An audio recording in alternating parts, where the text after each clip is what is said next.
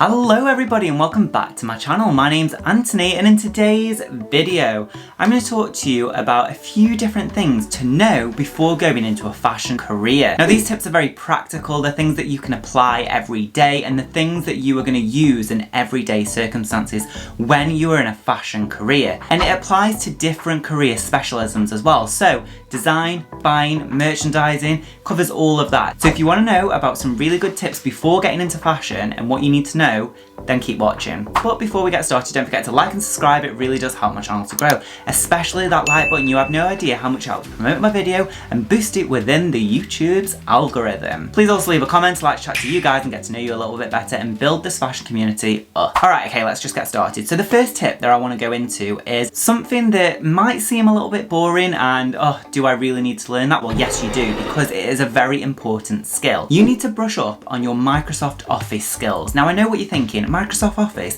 I want to be a designer, I don't want to be an admin, why do I need to learn this skill? Well, unfortunately, in design and in merchandising and buying, there is a lot of admin involved and you will need very good skills in Microsoft Excel, PowerPoint and Word.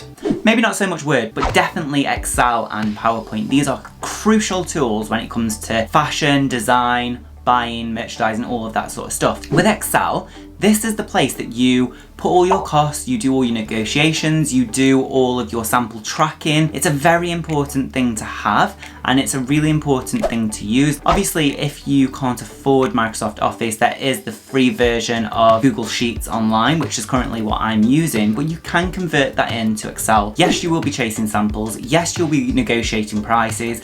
You'll be on track of a lot of different things and Excel just makes it a lot more streamlined, a lot easier to use. I even know some people who don't necessarily do design spec sheets in the traditional way of doing it via Illustrator. Some people actually do all of their design spec sheets on Excel. So to learn Excel and to make sure that you know the basic simple shortcuts, the basic kind of calculation tools and all of that sort of stuff is very, very relevant when it comes to fashion. Now when it comes to PowerPoint, again, this is also a really crucial thing because sometimes Illustrator can get overwhelmed with the amount of images that you need to put in, and if you need to do a quick fast presentation, PowerPoint is a really good tool to use. It doesn't really get as slowed down by the amount of images that you put in it. So if you're trying to do a trend pack, or if you're trying to do a presentation of some kind, or even if you're doing like a key fabrications hardware sourcing pack, then it's really good to do it on PowerPoint. The more images that you put on there,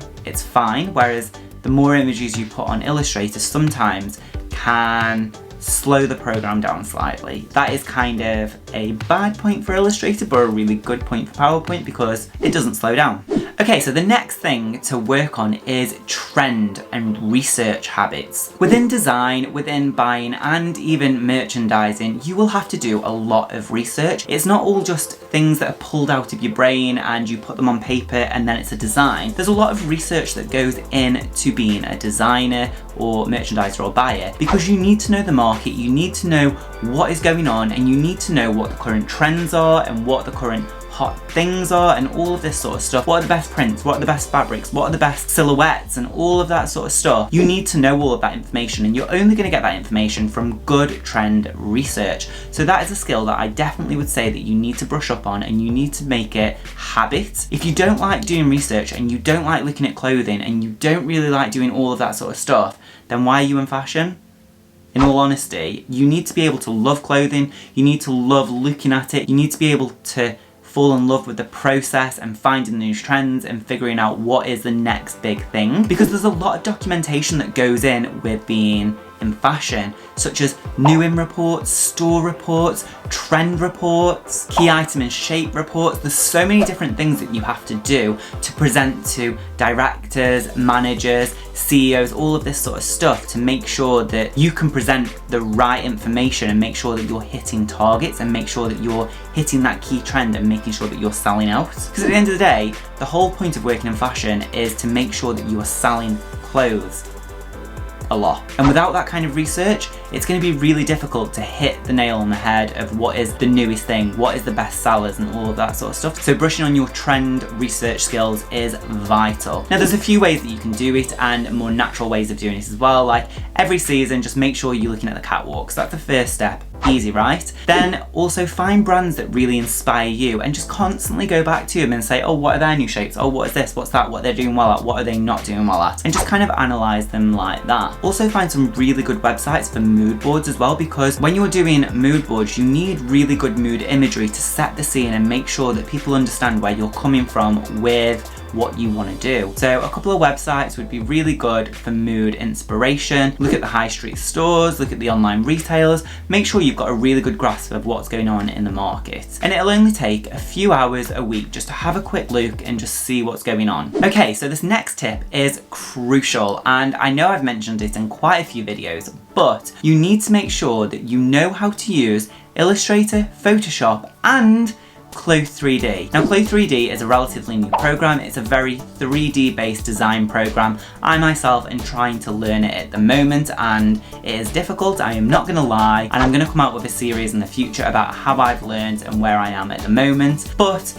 my main skills are with Illustrator and somewhat a little bit in Photoshop, but Illustrator is my main tool. That's the thing that I use all the time to design all of the beautiful products that go into store. You need to know how to use it. You need to know how to draw with it, and you need to know how to do a certain amount of graphics and prints with it, because this will be your main tool when you are designing. Now if you want to try Photoshop and Illustrator, I do have a link down below, and I think there's a 14-day free trial on at the moment, so go ahead, click on that link and try it out for yourself.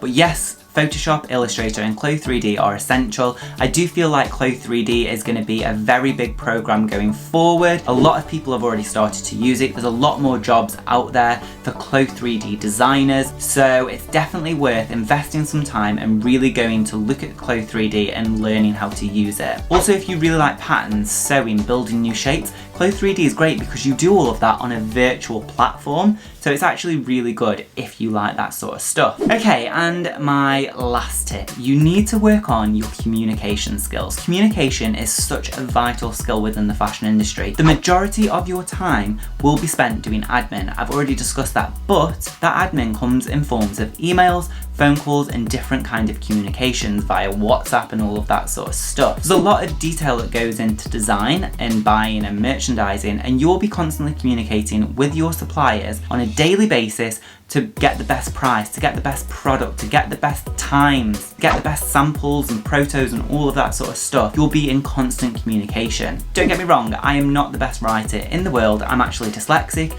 So when I first got into the fashion industry, I didn't realize how many emails I would have to write, and I had to really learn quickly. My spelling's terrible, my grammar's terrible. It's really difficult for me to get my head around that. I'm obviously a lot better at that now. It comes with practice, especially if you're dyslexic. It's really hard to get over that boundary. So yeah, communication skills are key, especially with your admin, your negotiations, and your sample chasing. Oh, actually, I've got one more tip for you, and that is to have a plan B. Fashion is a very difficult industry, especially what is going on now with the pandemic. It is hard to get back in once you're out and all of that sort of stuff. So always have a plan B, always have some kind of side hustle going, just in case the worst happens and you get made redundant or laid off. Just make sure that you've got a few different plan Bs in the works, just in case something goes wrong. Whether that be Etsy, Shutterstock, YouTube, wherever it might be, just have a plan B where you've got a small stream of income that you can really push if you need to. Alright, okay everyone, that's it for today's video. If you liked it, give it a big thumbs up and don't forget to click that beautiful red subscribe button down below. Please also check out my Etsy shop where you can buy cards and vectors to help support you in your everyday design life. And it really helps support this channel. Otherwise, I'll see you here every Monday and Thursday with a brand new video. Alright, okay, thanks for watching. Alright, bye. Tra tra tra. Bye.